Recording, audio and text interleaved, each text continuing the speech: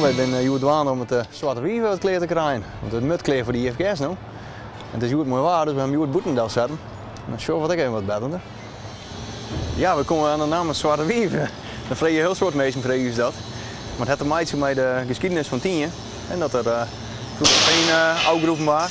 En op een gegeven moment gingen het wat veenarbeiders die zeggen wat Zwarte Wief vleien. En vandaar dat wij dus voor de naam het Zwarte Wief kozen. Dus het had wel iets met de geschiedenis van Tienje te maken. Nou, vorig jaar hebben we het scootje omgekocht. Vorig jaar februari. En toen ben we eerst begonnen te zielen, eerst leren zielen. Want we hebben niet van nu zielervaring. En toen hebben we de hele simmer aan het oefenen geweest. Meiding met de IFGS. Nou, op zich een knappe prestatie geleverd, met 12 te worden. Maar ja, we willen natuurlijk meer. Dus we verlengen hem wat. En we zetten alles najaar in. Alles weer goed conserveren voor de toekomst. Alleen ja, het is een soort werk dat we de hele winter in gaan. Dus het resultaat dat begint er ook een beetje op te liedje. Hè?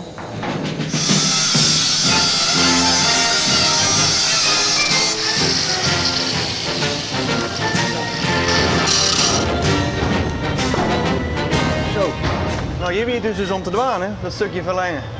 Nou ja, we hebben nu alles vervangen en na dekker in. Dus er weer wat meer werk. Nou, gelukkig hebben we een soort sponsors en een soort donateurs. Die hebben dit stukje voor ons samen met ons dan realiseerd. Dus we hebben een stichting opricht. En vanuit die stichting heb ik een heel soort dingetjes gedaan. En gelukkig vanuit de gemeente hebben we nog een stukje subsidie kunnen krijgen. Dus ja, dat maakt je al een soort werk. Wij hebben natuurlijk eerst gaan we plannen maken van we verlengen hem wat en we doen wat lietse dingetjes. Alleen ja, had je nog niet een keer beginnen en je wilt het goed van. Dus ja, het weer wat meer werk dan we dachten in. Op een gegeven moment hebben we alles er maar uitsloopt. Helemaal in stralen. En dan we hebben alles er weer in. En met nog alles oud werkje. Alles nog wat mooi richten en dat alles mooi recht is. Dus ja, daar zit nog wel even een paar weken werk in. En ja, vanaf oktober zijn we nog wel elk weekend bezig. En gelukkig zijn we met zijn trekje. Dus we kunnen een soort waanmachine om. En dat scheelt een heel stuk. En dan hebben we inmiddels wat vrijwilligers die ons wat helpen. En met wat timmerman hebben ze aanboden om het roefje te betimmeren.